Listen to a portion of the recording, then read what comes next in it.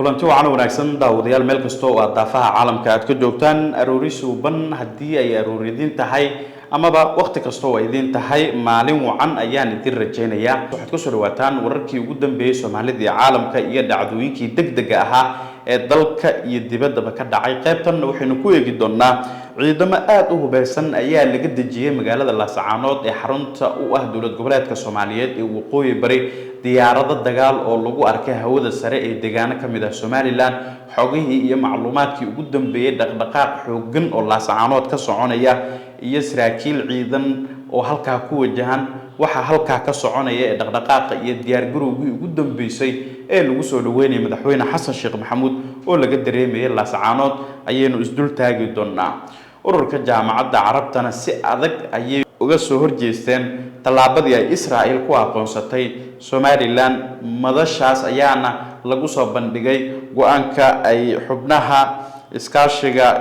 dawladaha islaamka ah ee OIC loo soo gaabiyo go'aan ay soo saareen ayaa si lamid ah muuqaalkan idin kula wadaagi doonaa soo dhawaada saaxiibayaal intaynu ku guda jirno baahinteena qaybtan wixii warar ah ee degdeg ah ay soo kordhana waan idin la wadaagi doonaa hagaag waxaan idin ka codsanayaa in haddii markii idinku horeysay ay tahay uu idin soo gaaro YouTube-keena inaad ku soo birtaan oo subscribe saarataan rukumataan qaybta gambaleelkana taabataan si ay halkan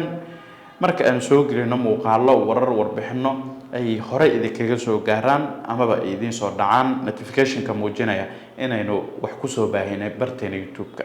hagaagkan ku bilaabo magaalada Laascaanood ee xarunta u ah dowlad goboleedka Soomaaliyeed ee waqooyi bari waxa la gaarsiiyay ciidamo aad u xooggan oo ka tirsan kuwa militariga Soomaaliya gaar ahaan ciidanka guutada 77 ee ka howlgasha xarunta madaxtooyada qaranka ama ilaalada madaxda qaranka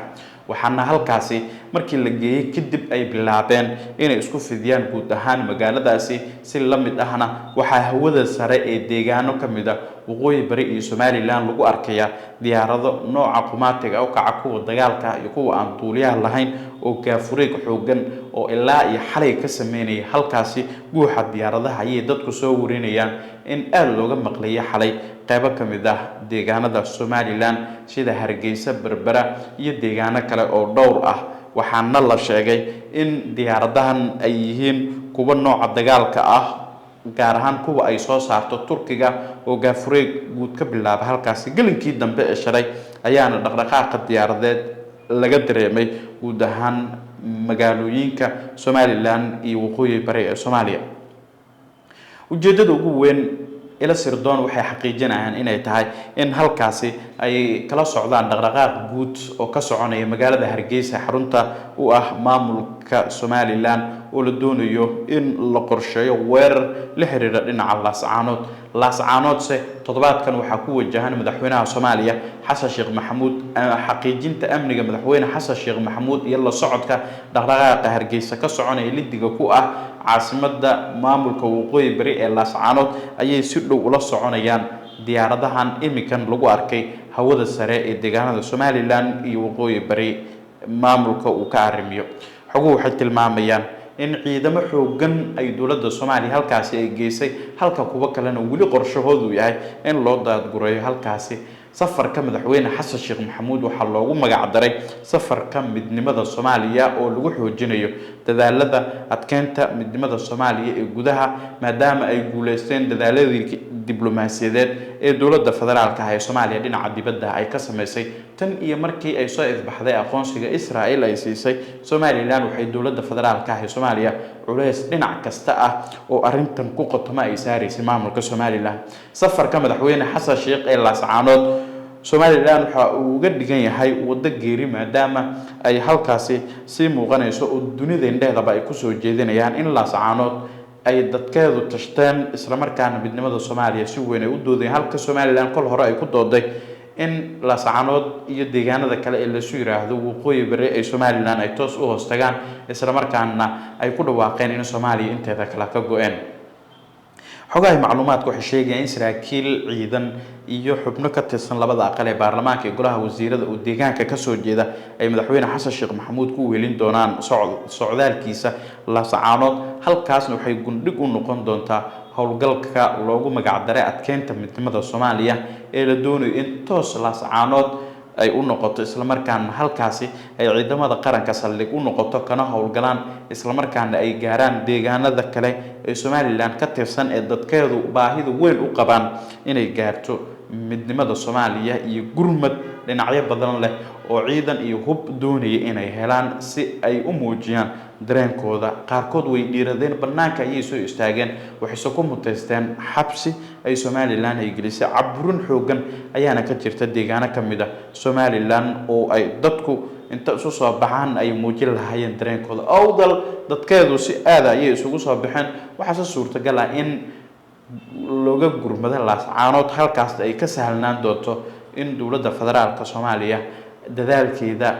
adkeynta midnimada Soomaaliya halkaasi natiijo xogowla ay ka soo yeesho madaxweyne Xasan Sheekh Maxamuud socdaal kal hore uu qorshay in laascaanood uu ku tago waxa lagu baajiyay wada hadal dhexmaray isaga Cabdiraxmaan Cirro madaxweynaha Somaliland oo dalbaday in socdaalka madaxweyne Xasan Sheekh Maxamuud meesha laga saaro si la mid ahna waxay ka wada hadleen xilligaasi si deynta maxaabiis ay gacanta ku haysto ama ay gacanta ku hayaan ciidamada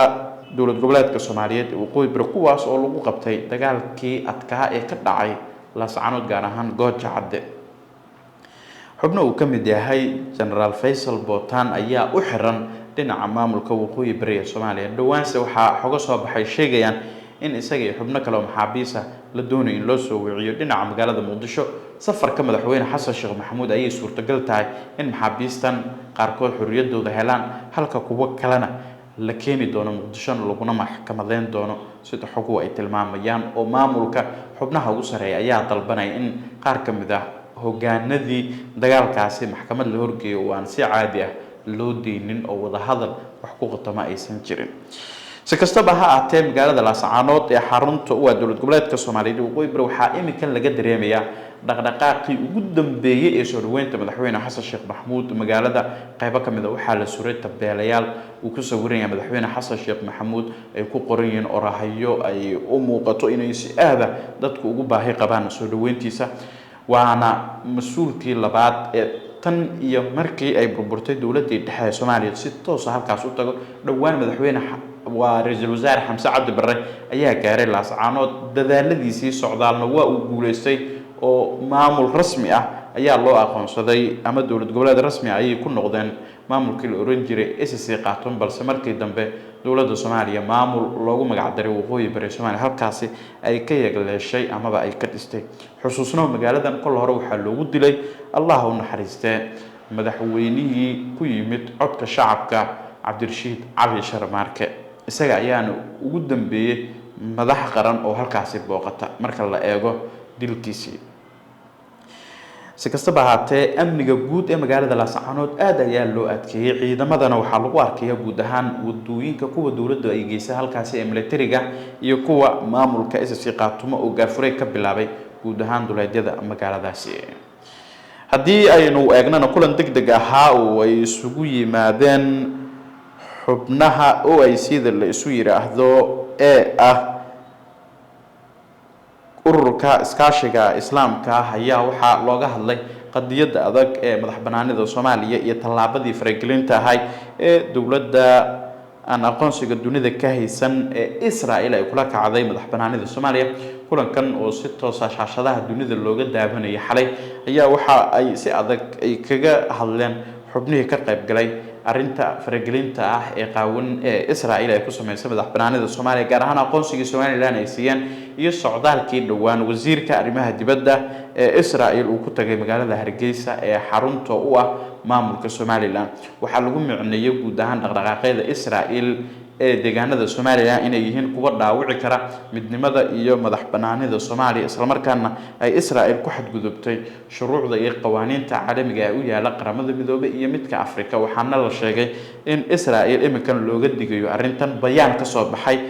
shirkan ayaana lagu cadeeyay sidaas dawladda Soomaaliya ayaa taageero xooggan oo dhinaca diblomaasiyadda muddooyinkii ugu dambeysay ka helaysay guud ahaan dunida iyo saaxiibadeeda oo garab istaag xooggan u muujiyay tan iyo markii ay soo ifbaxday arintan la xiriirta faragelinta Israa'iil ee madaxbanaanida Soomaaliya